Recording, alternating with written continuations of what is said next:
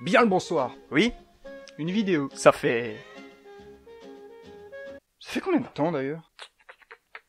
4 mois. Bon, ça va. J'ai fait pire. Aujourd'hui, mesdames et messieurs, on va parler de Noël. Pourquoi? Parce que j'aime pas Noël. C'est de la merde. Parce que oui, tout le monde sait que Noël c'est une fête commerciale et que tout le monde est payé pour être heureux chaque année, une fois par an. Voilà. Ambiance niquée. Nickel. Pour parler de Noël, je vais revenir sur 5 points et un bonus parce que c'est cadeau, c'est Noël. Alors oui, le sapin de Noël c'est beau, ça crée une ambiance, mais on oublie plusieurs trucs. Déjà, faut retrouver les décos de Noël qui sont rangés au fond du grenier, tu les cherches pendant 4 heures, c'est un carton énorme, tu te casses la gueule dans les escaliers parce que c'est lourd, les petites paillettes de merde là sur les guirlandes, bah elles tombent au sol, et qui c'est qui nettoie? Eh bah c'est toi. Eh bah oui. Mais c'est pas tout, parce que le sapin, faut en parler aussi. Déjà, il coûte la peau du cul, tu le trimbales tout seul, parce que des fois c'est pas livré. Ça fout, mais alors un bordel monstre d'épines dans tout le salon. Et quelle idée de foutre un sapin dans un salon. Parce que c'est pas crédible hein, de voir un salon dans un sapin. Non, c'est l'inverse. Parce que c'est pas crédible de voir un sapin dans un salon. Hein. On sait très bien que c'est toi qui l'as mis là.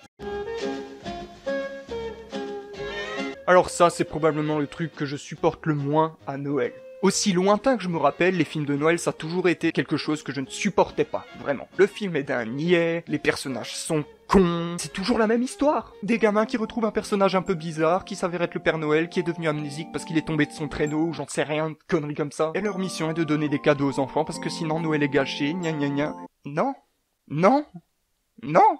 Comme je suis de bonne foi, je propose une idée. C'est inédit, ça a encore jamais été fait dans un film de Noël. Avec la montée en flèche des commandes sur internet, le Père Noël commence à devenir dépressif, il doit supprimer des postes parce que évidemment les lutins, ils sont pas payés au pain d'épices. Très vite, il se retrouve au chômage, il va au Pôle emploi, mais comme il a pas d'expérience autre que en Père Noël, il finit concierge dans une école primaire et finit en tôle pour pédophilie. Voilà, je vous avais dit que c'était inédit. Alors oui, vous le savez peut-être, mais à Noël, on mange.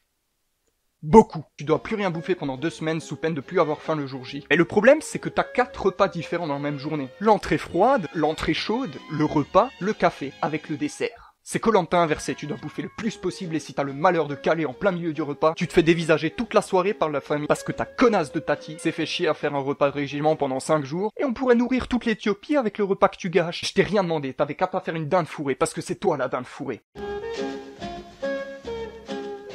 Alors ça, c'est cool.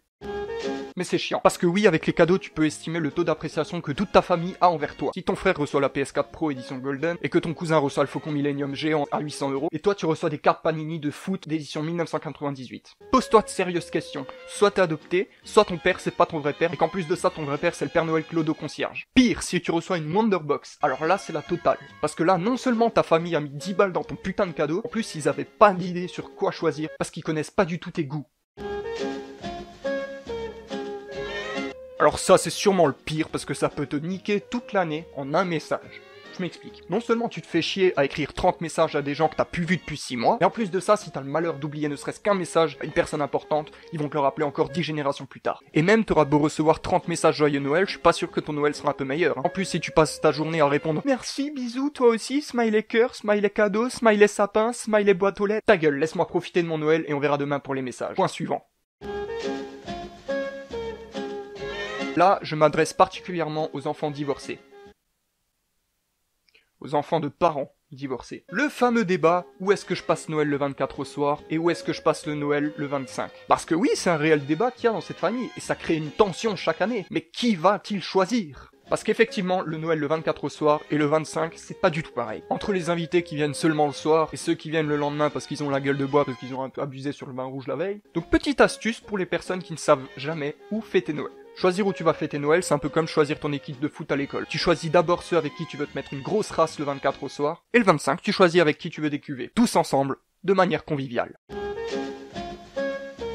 Voilà, c'est la fin de cette vidéo. Si t'as kiffé, mets un petit pouce bleu. Évidemment, c'était sur le ton de la mauvaise foi, j'aime bien Noël, hein, y a pas de souci. Et on se dit à la prochaine pour une nouvelle vidéo. Joyeuse Pâques.